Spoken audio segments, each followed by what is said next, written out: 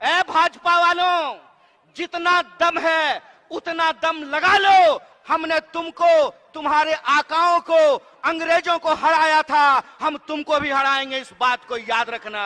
सुन लीजिए जय शाह के पप्पा जी, डैडी जी, जय शाह के डैडी जी, एक बात सुन लीजिए।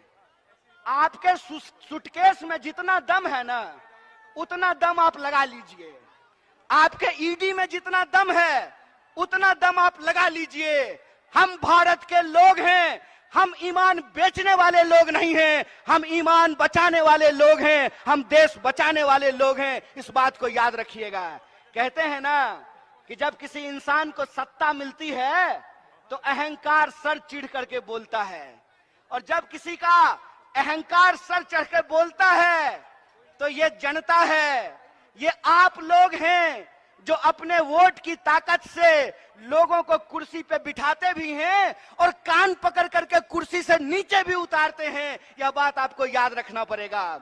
और अगर हम एकजुट रहेंगे तो हमको कोई हरा नहीं सकता है, कोई माई का ताकत लाल जो है हमारी ताकत हमसे छीन नहीं सकता है। जब देश में बह रहा हो अन्याय की आंधी तो न्याय के लिए लड़ रहे हैं राहुल गांधी, इस बात को याद रखिएगा। है झारखंड के माताओं बहनों, है झारखंड के नागरिकों, है झारखंड के निवासियों, आपको एक बात समझना पड़ेगा।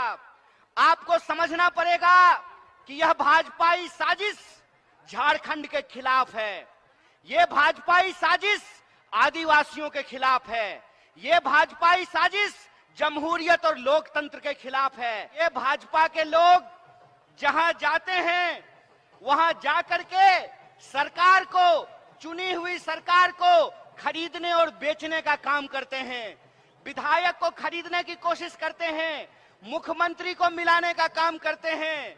बिहार में इन्होंने, आपने देखा क्या किया। बिहार में नीतीश कुमार जी इंडिया अलायंस के पार्ट थे और नीतीश कुमार जी के ऊपर दबाव बनाया और नीतीश कुमार जी पलटी मार करके इंडिया से निकल करके एनडीए में जाकर के शामिल हो गए। वही कोशिश रांची में की गई, वही कोशिश झारखंड में की गई। ए भाइयों और बहनों, एक बात याद रखिएगा, बिन हवा न पत्ता हिलता है, बिन लड़े न कुछ भी मिलता है। इसलिए हमको अपने हक और अधिकार के लिए लड़ना पड़ेगा। बोलिए, आप अपने हक और अधिकार के लिए लड़ने के लिए तैयार हैं कि नहीं है? दोनों हाथ उठा करके बोलिए, तमाम लोग बोलिए कि आप अपने जल जंगल जमीन के लिए लड़ने के लिए तैयार हैं कि नहीं हैं?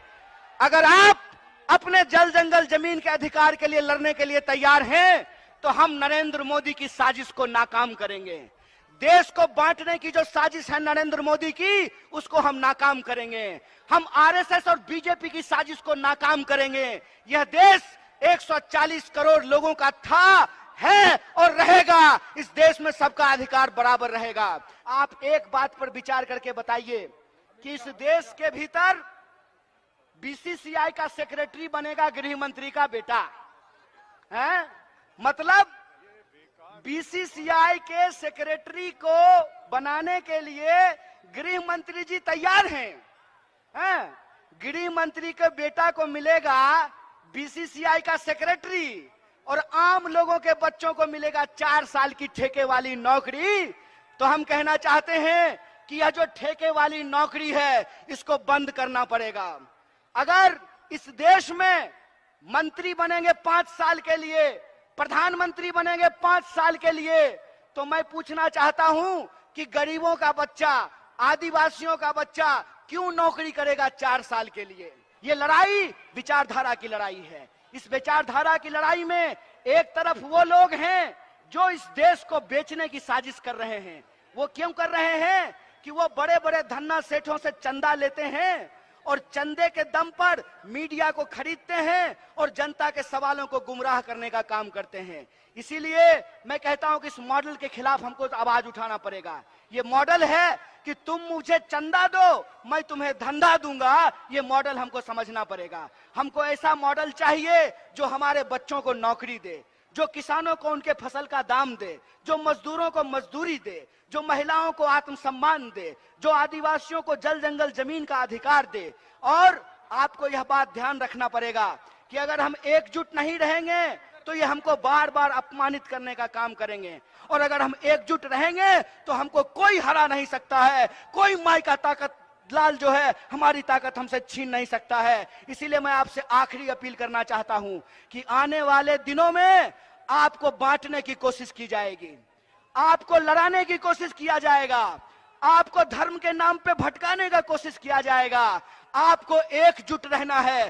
बोलिए, आप एकजुट रहेंगे कि नहीं रहेंगे?